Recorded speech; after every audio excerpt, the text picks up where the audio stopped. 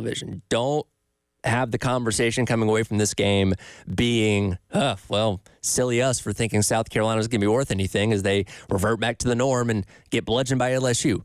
Don't let that happen.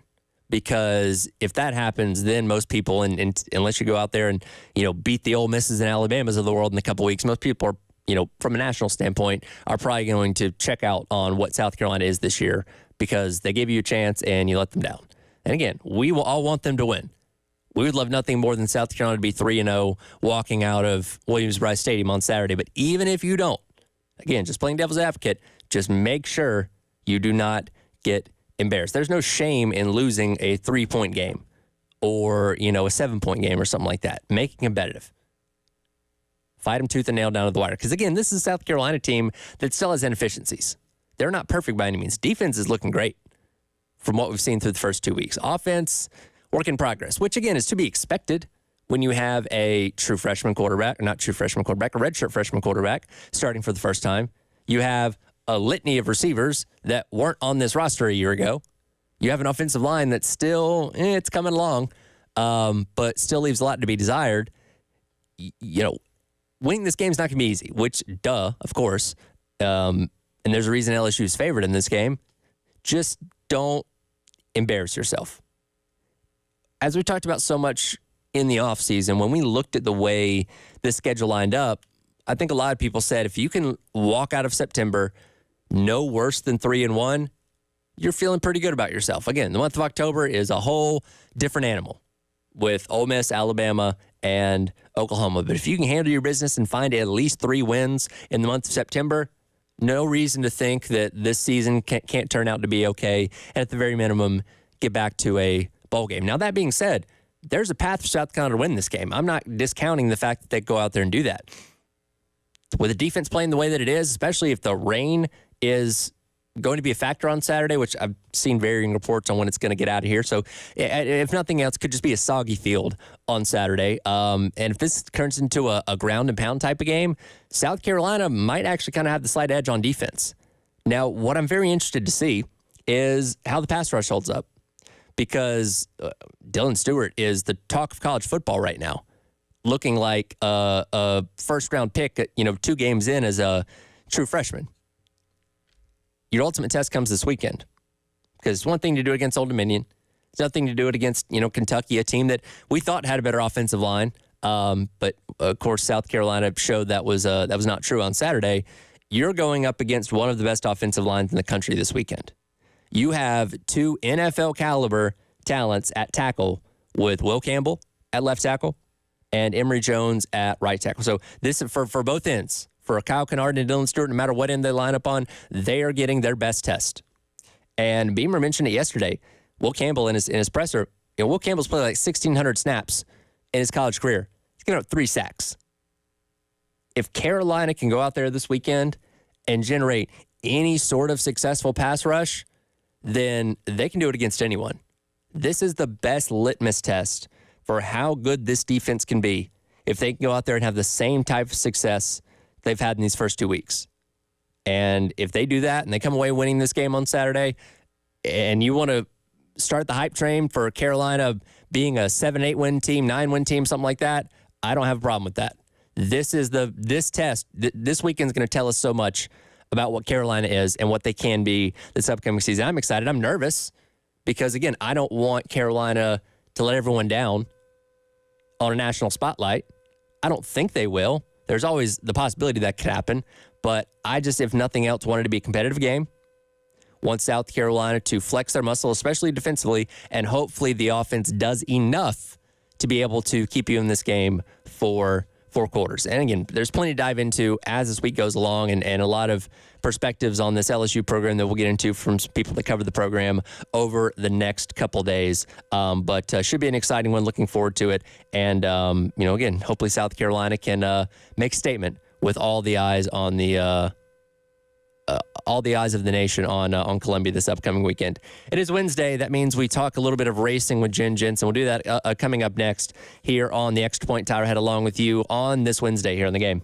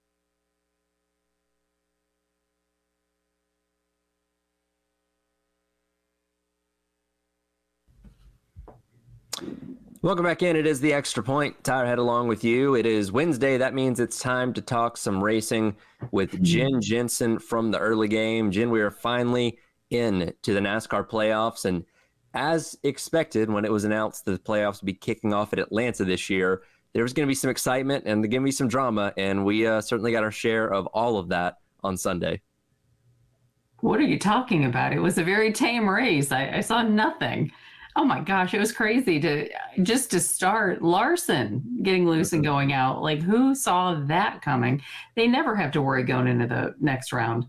Well, I will say I kind of saw it coming because as a Larson fan, I know he has terrible luck at super speedways, drafting tracks, whatever you want to call it. Yeah. And I was actually, my buddy was at the race, and we were texting back and forth. And he's like, man, Hendrick looks good. Hendrick looks strong today. And I'm like, they have the speed. I'm just worried about the luck. And within about 2 minutes, Larson's car veered to the right, pancaked the wall, and he ended up finishing last. And I was like, what did I say?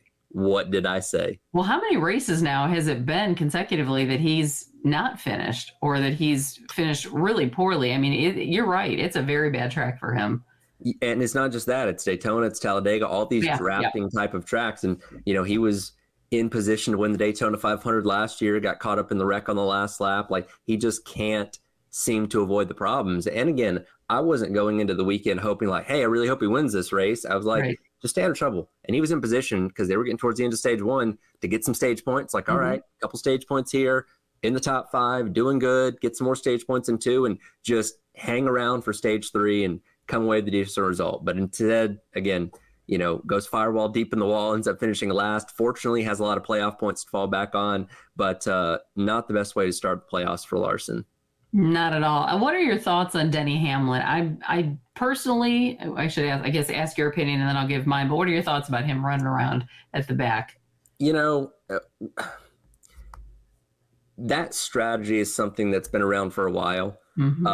I do think now with stage points, it is extremely valuable to ride around in the front to get points, especially for somebody like him that had the big penalty that lost a bunch of playoff points, where his margin for error is a lot thinner now. And the fact that it didn't end up working out at the end because he got caught up in the last wreck anyway and finished, I think, 24th. I don't love that strategy. And Atlanta's a little tamer than the other super speedways are. I feel like, and Denny's a great super speedway racer. You can control your own destiny a little bit better there. So if you're hanging out top 5, again, as long as something good doesn't go wrong with your car like Larson's, you should be okay. So he cost himself a lot because he's only +2 above the cut line going into Watkins Glen now.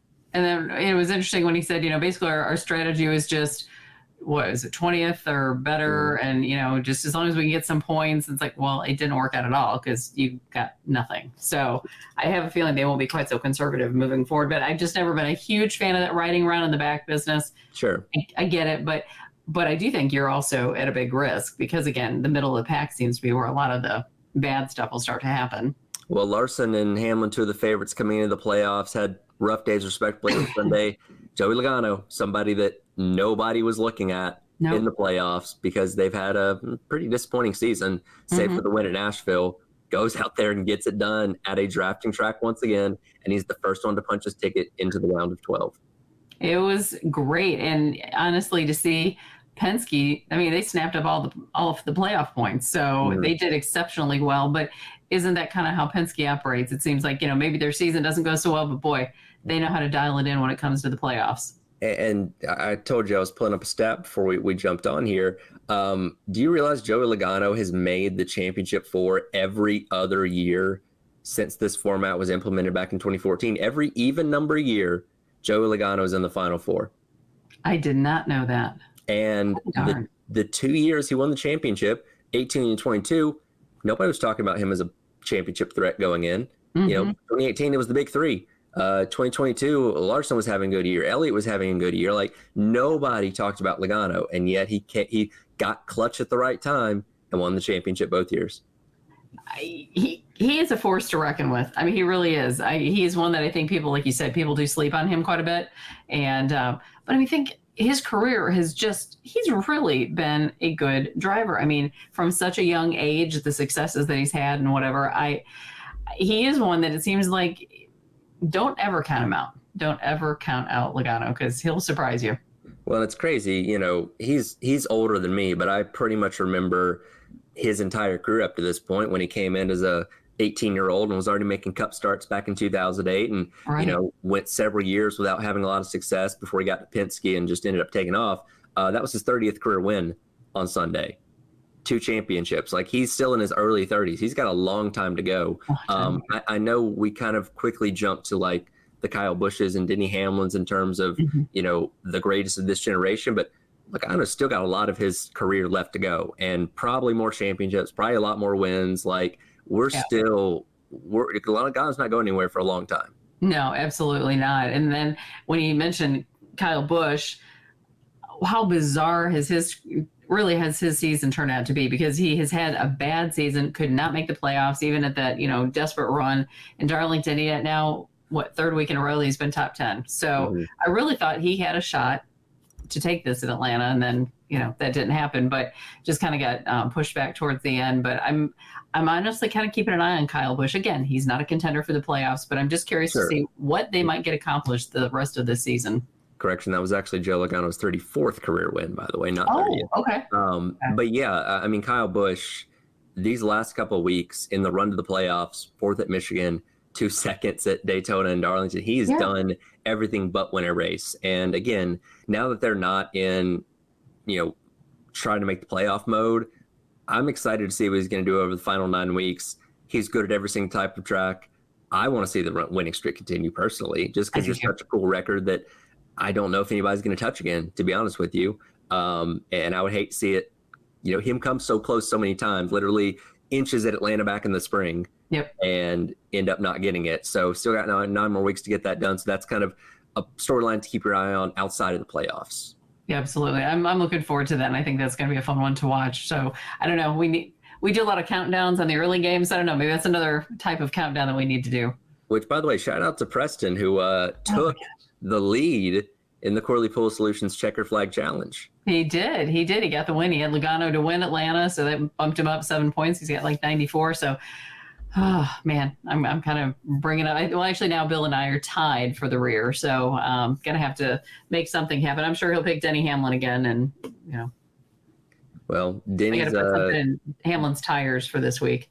Denny's not in a must-win scenario, but definitely needs to put together a good couple weeks here at Watkins Glen and Bristol, which again are tracks that he's very good at. So I don't have too much concern from there. As far as the playoff bubble, Brad Keselowski -1, Harrison Burton -16, Truex Jr. -19, and Chase Briscoe, you know, -21 is after he got caught up in that wreck with Kyle Larson. You know, Truex, again, we can talk about him being contender to win almost every single week. I just don't know if they have what it takes this year. This is his final year. Obviously, kind of the curtain call. Last couple of races, they just have not shown that ability to really be a threat to win races, especially here as of late. And I don't know if he can clutch up in the next 2 weeks and get it done. And I'm really kind of worried about that too. And it seems like they're never on the same page. So if he is just clicking on all cylinders, literally, there's a problem in the pits. If the pits are doing great, it's a mistake on his part. You know, like at Darlington, he basically took himself out. You know, just human error. But I don't know. They just haven't really been able to piece it together for really the past couple seasons. Yeah, so gonna be interesting to see what happens. He's won at Watkins Glen before. It's still weird to see Glen in the playoffs. You know, I like it. I think it's probably the best road course NASCAR goes to because it's so fast and they sell out every year. I've read about that. I'm intrigued. There's apparently the tires have a lot of fall off this weekend, so that creates some interesting strategy. And you know, it definitely throws a wrench into what the playoffs have been over these past couple of years. Absolutely. And maybe at another time we'll have to talk about some of the mouthpiece data, because I thought that was really interesting what some adjustments they've made to the track because of mouthpieces and data that they've gotten from that. Yeah, they took out some of the rumple strips going into the bus stop, and I think it was Larson that put out his data from a year ago. It's like, no, this was rattling my brain every time I went in there. He said he felt like he'd had, 1,000 wrecks in that race. It was crazy. Right. Yeah, so that was probably a smart move, but there should be a fun one. Again, playoff, always full of excitement, always full of drama. And this weekend at Watkins Glen should be no different. So it's going to be a great race. And this time next week, we'll be looking ahead to our first round of eliminations at Bristol. Hard to believe it. Absolutely. Gents from the early game. This is The Extra Point. Tyler Head along with you on your Wednesday here in the game.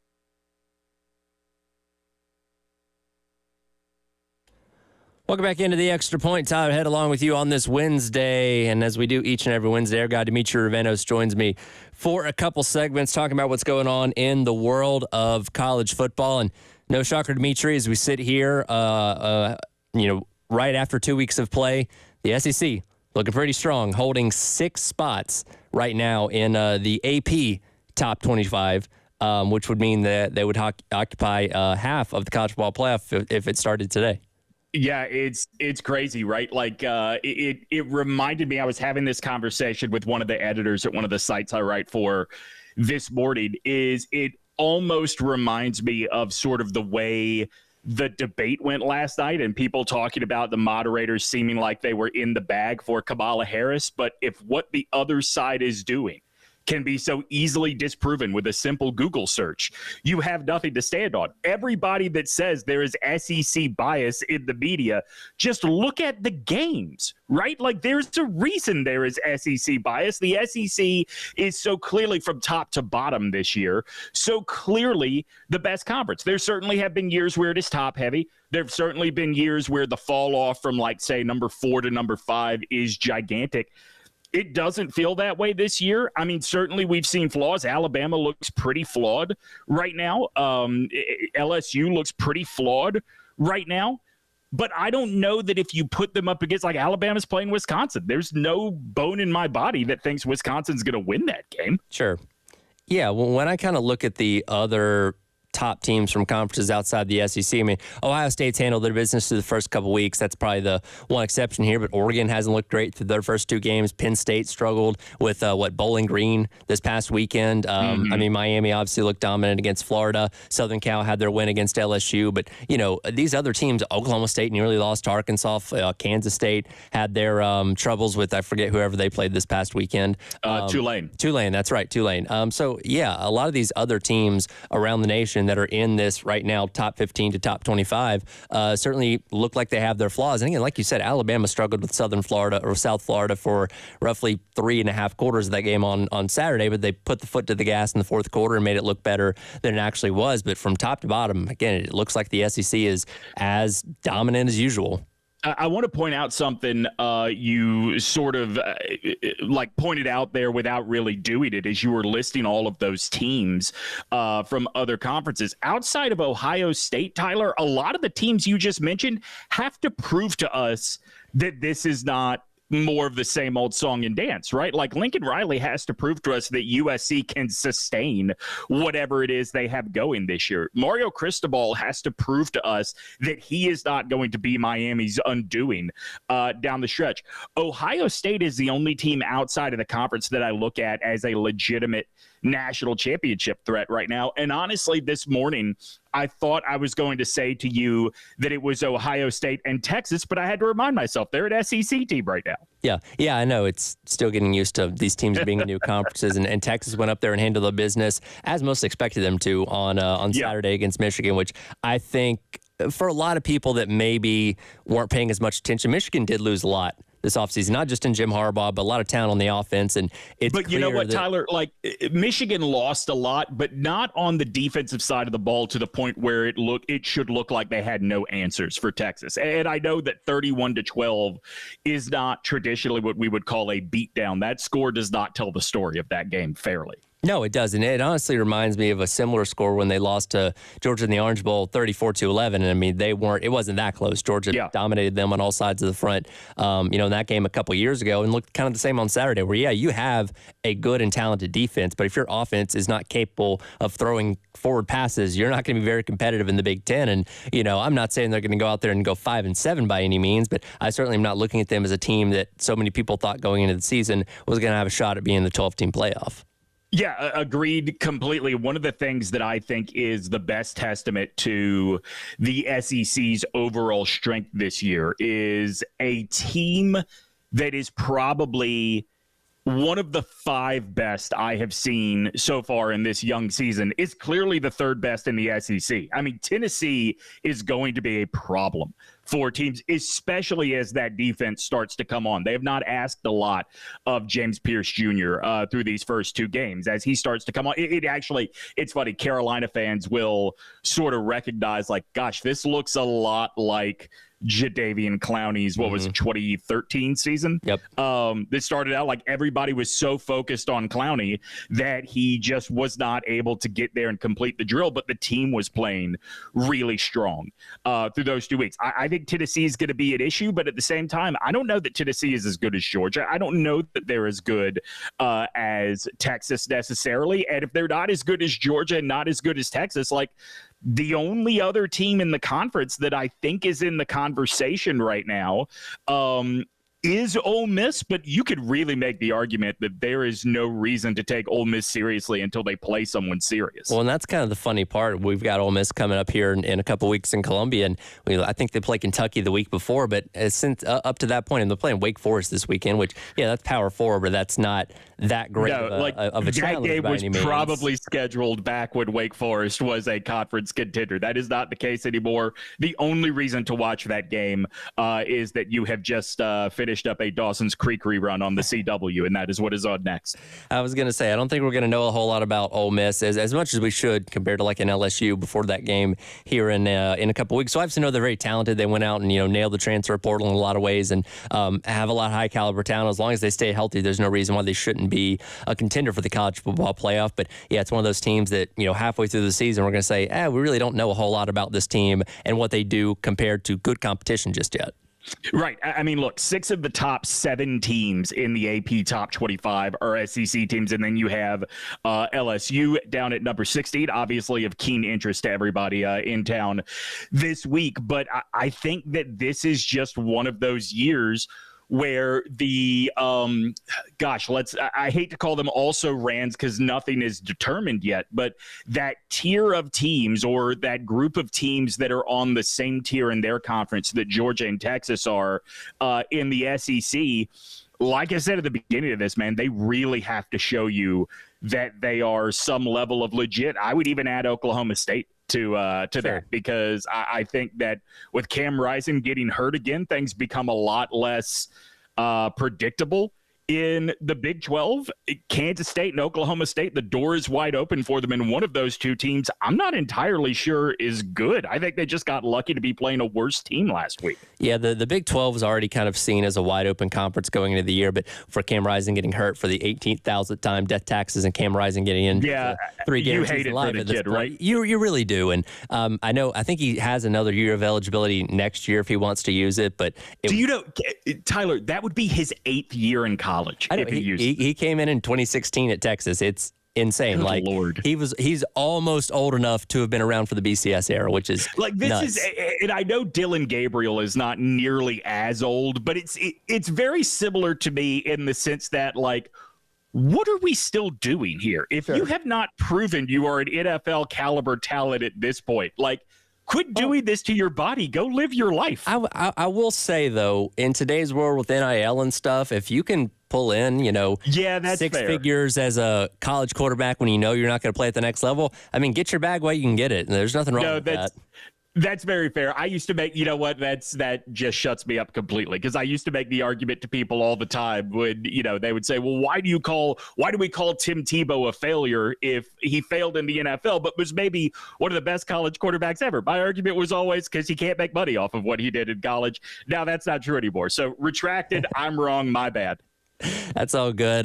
One thing that I'm sure you didn't want to be wrong about was the Panthers maybe making some improvements this offseason. And saw on Sunday that was certainly not the case. We'll get your analysis of what the outlook on the Panthers for 2024 is coming up next. It is The Extra Point. He is Demetri Ravenos. I'm Tyler Head on your Wednesday here on The Game.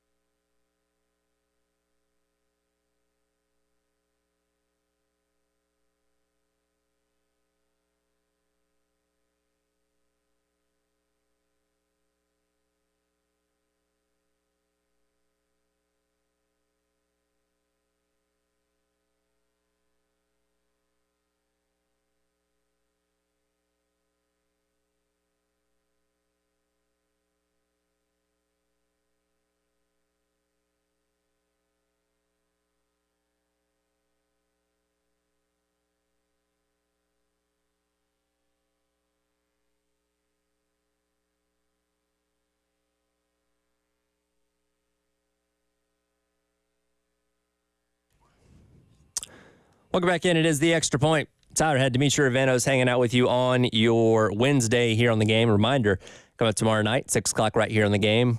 Carolina Calls, Coach Beamer and Todd Ellis will get you set for Saturday's huge matchup with LSU, which, of course, you can listen to right here on the Game. Pregame coverage starting with myself and Elijah Campbell at 7 a.m. Will be the game day before game day out at the party lot at Sound and Images, and then kickoff at noon here on the Game as we dive into week 3 of college football. And coming up on Sunday, week 2 of the NFL season. And Dimitri, for our resident Panthers expert, it was not a great Sunday for the Panthers in week 1 as they got demolished by the Saints. And, you know, I know you've talked plenty about that game this week, so we won't dive into the specifics of it. But when you look at the optimism and the outlook for what this team's going to be this year, not a whole lot of redeeming qualities right now. No, there's so little. And I mean, look, honestly, last week was a great advertisement for this idea of not playing your starters in the preseason is absolute BS. It just doesn't work, right? Like, I do believe Canales, and I think you saw this some last week and might see a little more of it this week when you realize like the talent gap between the Panthers and some teams. There are some really creative play calls in there, but every single one of them was undone last week, whether it was by a stupid penalty, a fumble, a missed blocking assignment, whatever the case was. And by the way, most of the missed blocking assignments were from the guys in the backfield or on the move, not across the offensive line. Like, we do have to acknowledge that was a huge improvement. But yeah, man, the optimism, like, we might be at a point with our quarterback where if he does not throw for 300 yards this week, you might have to say this just isn't happening. And I know, like, that's a big ask based on what his career has been. But last week was that bad, right? Like, yeah. I think people were prepared for another losing season.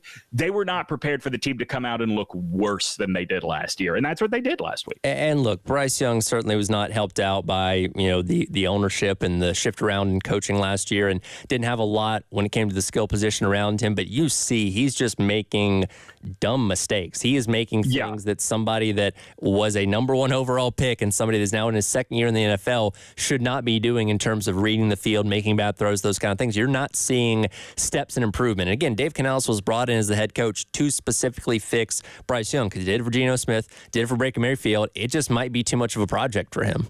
It really is disappointing to see, because as poised as he looked at Alabama, and I'm sure people that saw him play in high school at California will say the same thing about his time there at Mater Dei, it just has not carried over at all. I mean, last week you saw a dude, like, one of the things Dave Canales talked about that this offense was going to run on was about decision-making being quick. Bryce getting the ball out fast, identifying who his man is.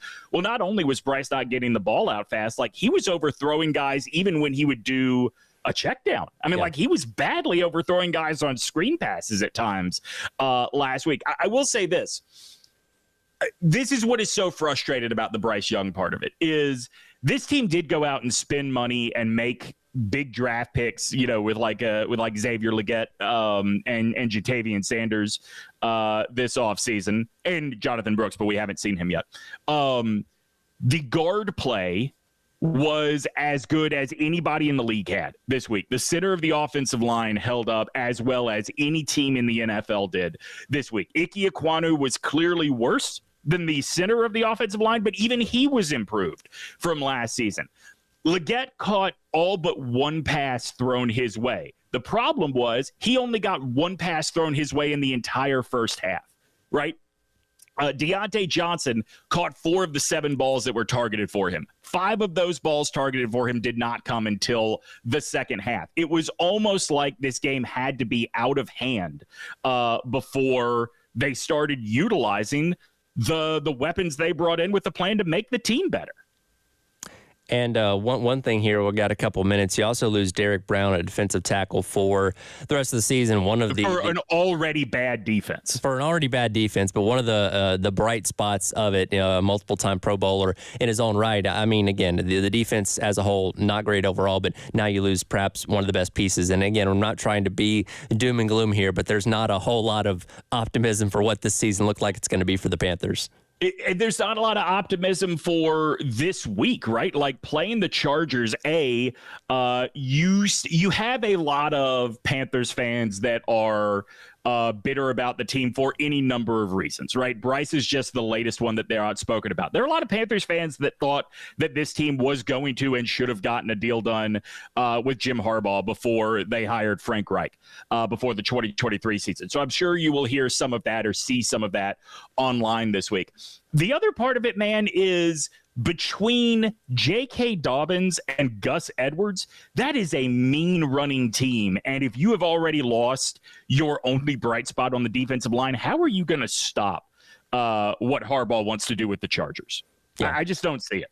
Well, and look, we know a Harbaugh team is usually going to be pretty physical and really going to push you around in any type of game. They did that against the Raiders this past weekend, so no reason to think that they can't do that against the Panthers on Sunday. And again, if you start off 0-2, again, I know the South's not a hard division by a lot of measures, but when you get boat raced by 37 by an okay to average Saints team, that kind of sets the table for what probably the expectations for this year are going to be, unfortunately. Yeah, 100%. So unfortunate, but it's a long season. We talked about this. It's a long season, I think, is the motto. It should just be printed on the logo from now on, because it's not getting better this year. It certainly doesn't look that way. They look very comparable to the team that there was a year ago. And that's the unfortunate part when you do hire a first-time head coach. Yes, Canales, a solid offensive coordinator, one that did a lot of work when it came to the quarterbacks that he's worked with, but we don't know how he pans out as a head coach, because there's a lot of things you got to juggle when you're a head coach, not to mention, inept ownership at that point as well. So it's a lot of wait and see, unfortunately, for the Panthers. And it's a sucky place to be as a fan, because you don't want to punt on a season a week into it, but it certainly doesn't give you a lot of reason for optimism for what this year is going to be.